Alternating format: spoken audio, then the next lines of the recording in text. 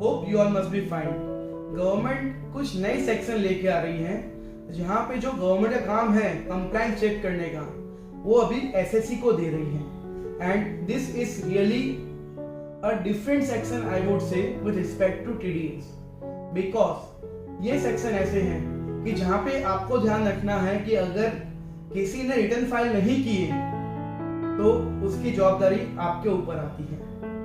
तो ये बात अच्छी है या गंदी ये बात तो बाद में मालूम पड़ेगा, but let's discuss about this section. मैं हूं CA Sameer Chaudhary and friend, जब हम बात करते हैं इस सेक्शन को ऐसा भी कहते हैं कि ये है एक compliance check section.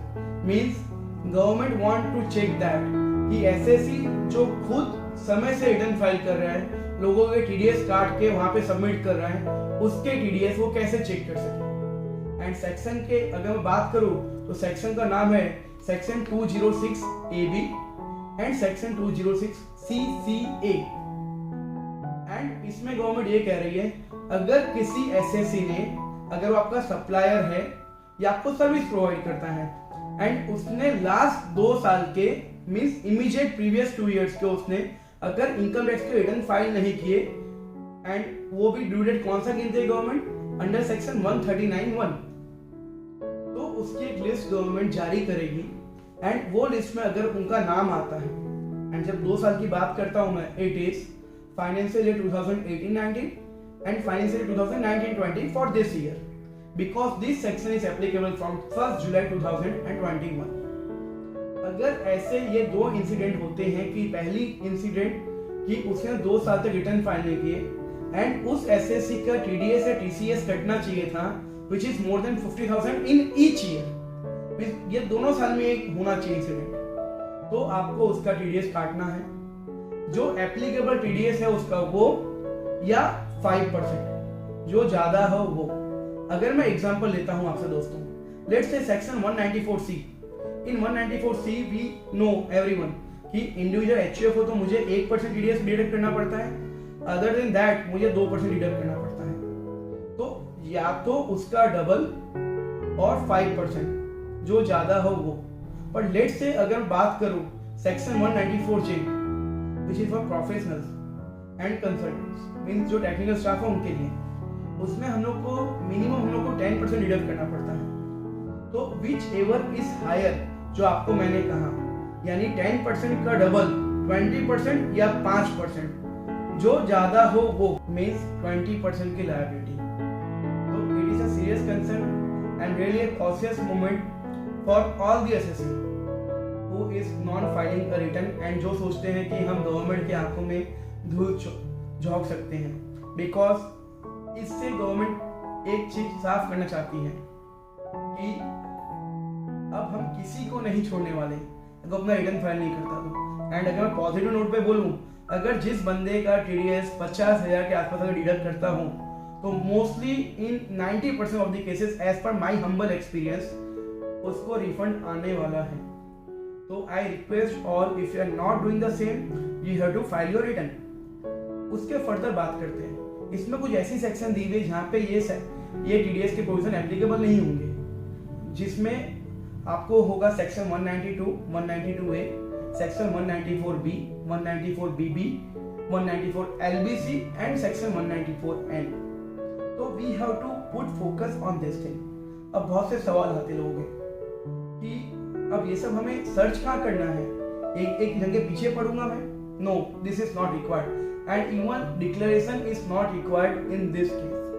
But in simple way if I am telling you, government have given कि अपने वो इनकम टैक्स के पोर्टल पे ही, इनकम टैक्स का रिपोर्टिंग पोर्टल है उसमें एक लिस्ट देगी on 1 April of every years beginning and वो लिस्ट में से आप उसको सर्च कर सकते हो and even that will be A downloadable PDF, अब उसको अपने पास रख भी सकते हो।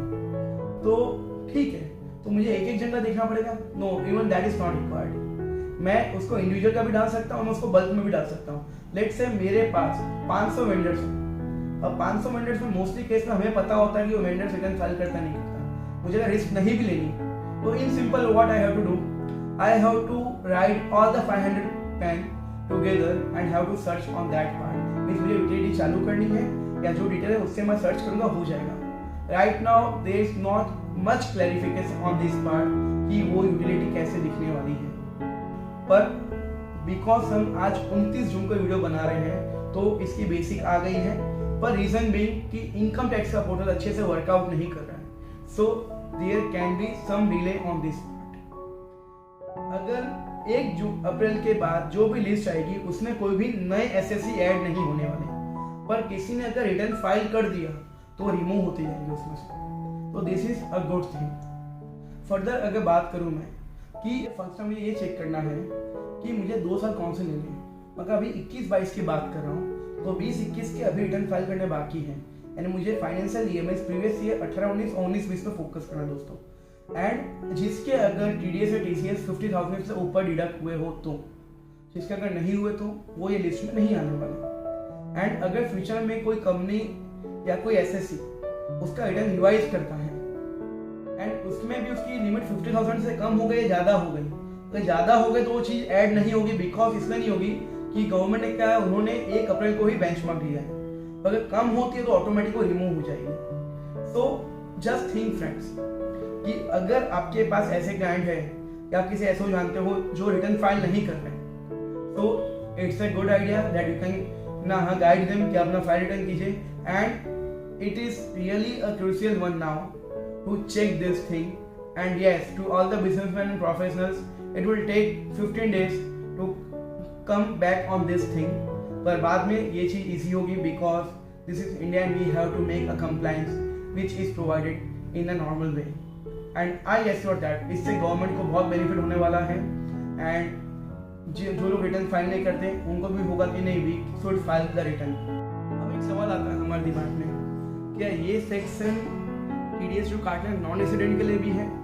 दोस्तों स्पेसिफिक सेक्शन में दिया हुआ है इट इज फॉर रेसिडेंट, तो जिस रेसिडेंट का अगर परमानेंट एस्टेब्लिशमेंट इंडिया में नहीं है तो उनके लिए ये सेक्शन एप्लीकेबल नहीं है, हमें फोकस करना है। मैं हूँ CA Sameer Chaudhary, thank you.